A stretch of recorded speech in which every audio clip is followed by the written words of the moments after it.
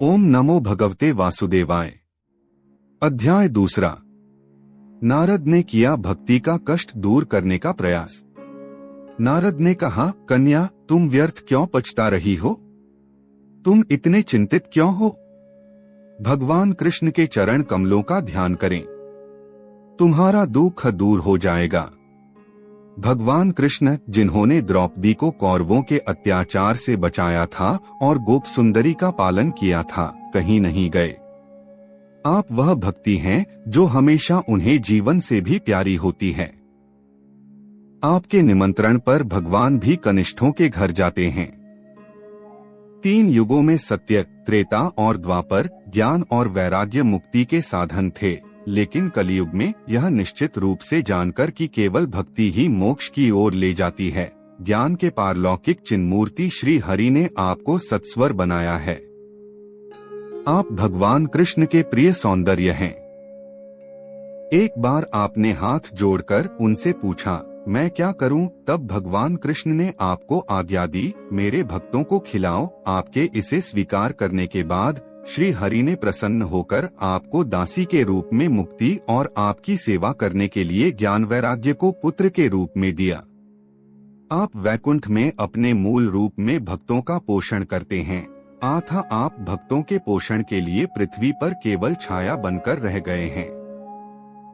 आप मुक्ति, ज्ञान और त्याग के साथ पृथ्वी पर आए और सतयुग से द्वापर युग तक बड़े सुख से रहे।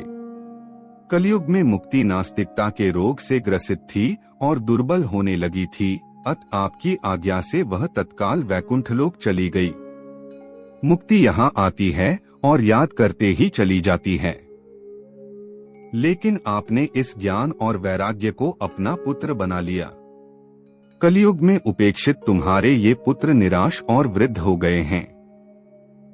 लेकिन आप चिंता न करें, मैं उन्हें पुनर्जीवित करने का एक तरीका ढूंढता हूँ। हे सुंदरी, कली के समान कोई दूसरा युग नहीं है। इस युग में मैं तुझे घर घर में, हर मनुष्य के हृदय में स्थापित करूंगा।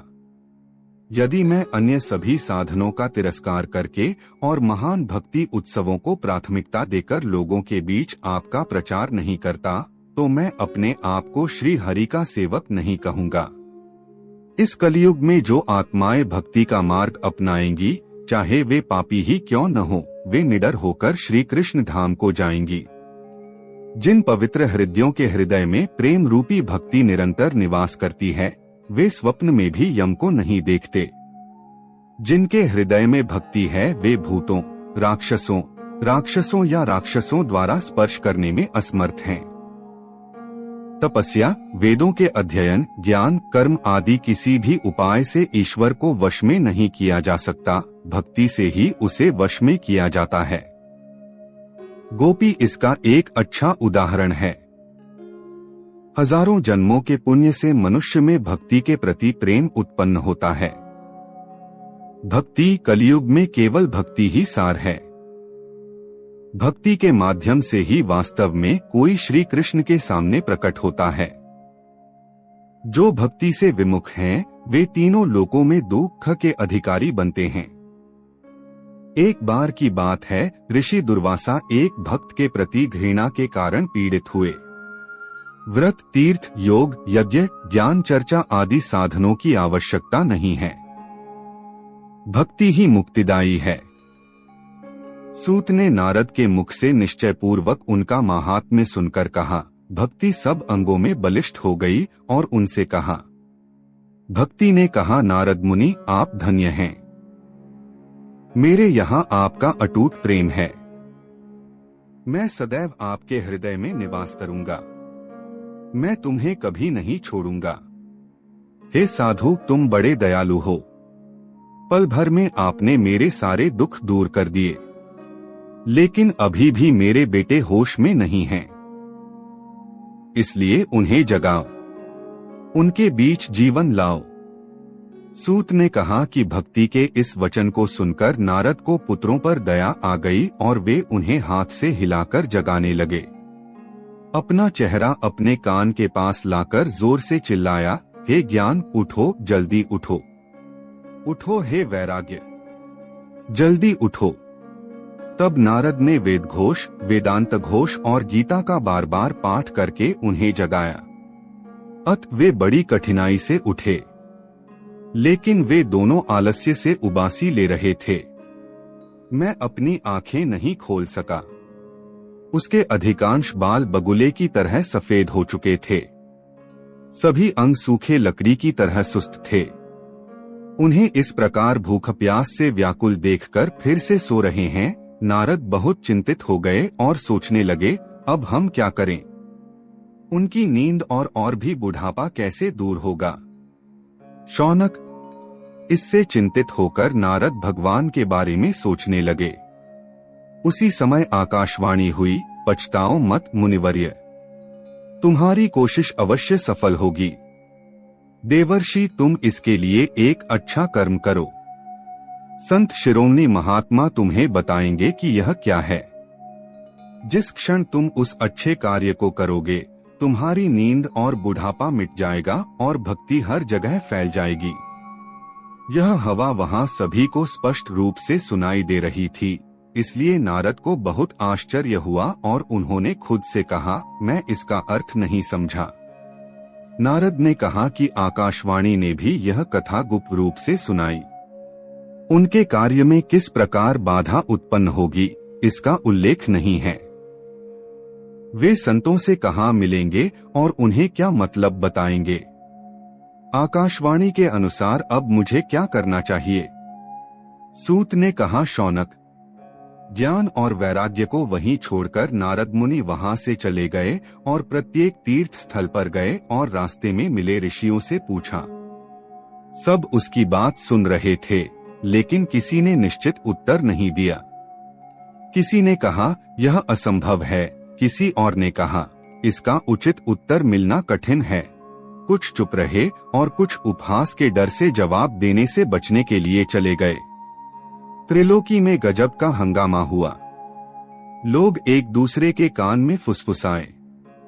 यदि भक्ति, ज्ञान और वैराग्य को वेदों के जप से, वेदांत घोष के जप से और गीता के जप से नहीं जगाया जा सकता है, तो दूसरा कोई उपाय नहीं है। जिस विषय का ज्ञान परमयोगी नारद मुनि को भी नहीं है, उसके विषय में अन्य साधारण लोग क्या कह सकते हैं? इस प्रकार जिन ऋषियों से पूछा गया, उन्होंने वही निर्णय दिया कि यह बात असाध्य है। तब नारद चिंता की स्थिति में बद्रीवन आए। उन्होंने संकल्प लिया कि ज्ञान और वैराग्य जगाने के लिए मैं यहाँ तपस्या करूंगा। उसी समय नारद ने अपने सामने सनकादिक मुनि को देखा, जो करोड़ों सूर्यों के समान अत्यंत तेजस्वी थे। उन्हें मुनिश्रेष्ठ नारद ने बताया था। नारद ने कहा कि यह मेरे सौभाग्य का ही परिणाम है कि मैं और वे इस समय मिले। कुमार, कृपया मुझे बताएं कि इसका मतलब तुरंत है। आप सभी महान योगी, बुद्धिमान और प्रसिद्ध हैं। यद्यपि आप 5 वर्ष के बालक के समान दिखते हैं, तथापि आप पूर्वजों के पूर्वज भी हैं। आप हमेशा वैकुंठ धाम में रहते हैं, हरिकीर्तन में हमेशा सक्रिय रहते हैं। भगवान के लीलामृत के माध्यम से वे इसमें तल्लीन थे और भगवत कथा उनके जीवन का एकमात्र आधार है। श्रीहरि शरण मंत्र हमेशा हमारे मुख में रहता है और इसलिए समय के साथ आने वाला बुढ़ापा हमें प्रभावित नहीं कर सकता। जैसे ही हमने एक बार भौहें टेढ़ी की, भगवान विष्णु के द्वारपाल जय और विजय तुरंत पृथ्वी पर चले गए और अपनी कृपा से वैकुंठ लोक वापस आ गए। यह मेरा सौभाग्य है कि मैं अब आपको यहाँ देख रहा हूँ। मैं विनम्र हूँ और आप दयालु हैं। अत मुझ पर कृपा करें। आकाशवाणी ने मुझे किस यंत्र के बारे में बताया? इसे कैसे किया जाना चाहिए? कृपया मुझे यह विस्तार से बताएं। भक्ति, ज्ञान और वैराग्य किस प्रकार सुख प्राप्त कर सकते हैं? सभी वर्णों के बीच उन्हें किस प्रकार के प्रयासों से प्रेम पूर्वक स्थापित किया जा सकता है? सनकादिक ने कहा, भगवान आप चिंता न करें, मन को प्रसन्न रखें। इसका एक सरल समाधान पहले से मौजूद है। नारद, तुम धन्य हो। आप असंतुष्टों के मुखिया, श्री कृष्ण के भक्तों में अग्रणी और भक्ति योग के सूर्य हैं। आप भक्ति के लिए जो प्रयास कर रहे हैं वह आश्चर्यजनक नहीं है। भगवत भक्तों के लिए भक्ति को पुनर्स्थापित करना सार्वभौमिक रूप से उपयुक्त कार्य है। ऋषियों ने इस संसार में मोक्ष के अनेक मार्ग बताए हैं, लेकिन वे सभी कठिन और अक्सर स्वर्गीय हैं। लेकिन ईश्वर प्राप्ति का साधन गुप्त रखा जाता है। इसका उपदेश करने वाला सत्पुरुष बड़े सौभाग्य से ही मिलता है। हम आपको आकाशवाणी द्वारा बताए गए शुभ कार्यों के बारे में बताते हैं। शांत और स्थिर मन से सुने। द्रव्ययज्ञ, तपोयज्ञ, योगयज्ञ, स्वाध्याय रूप ज्ञानयज्ञ कर्म के सूचक हैं। विद्वानों ने विद्या को सत्कर्मों का सूचक माना है, जिसे शुकदी महामुनि ने गाया है। यह श्रीमद् भागवत का पारायण है जो सत्कर्म है।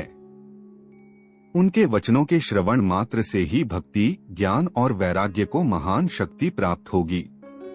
इससे ज्ञान वैराग्य के कष्ट दूर होंगे और भक्ति में आनंद आएगा। जैसे शेर की दहाड़ सुनकर भेड़िए भाग जाते हैं, वैसे ही श्रीमद् भागवतम के वचनों से कलियुग के ये सारे दोष दूर हो जाएंगे।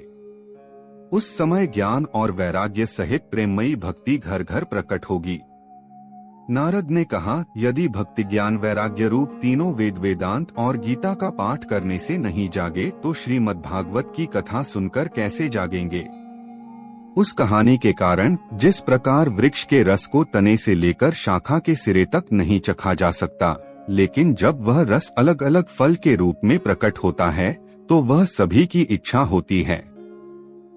दूध में घी होता है पर चखा नहीं जा सकता। वही घी जब दूध से अलग हो जाता है तो वह देवताओं के लिए भी स्वादिष्ट हो जाता है। गन्ने में पूरे शरीर में चीनी होती है, लेकिन अलग होने के बाद ही मीठा होता है।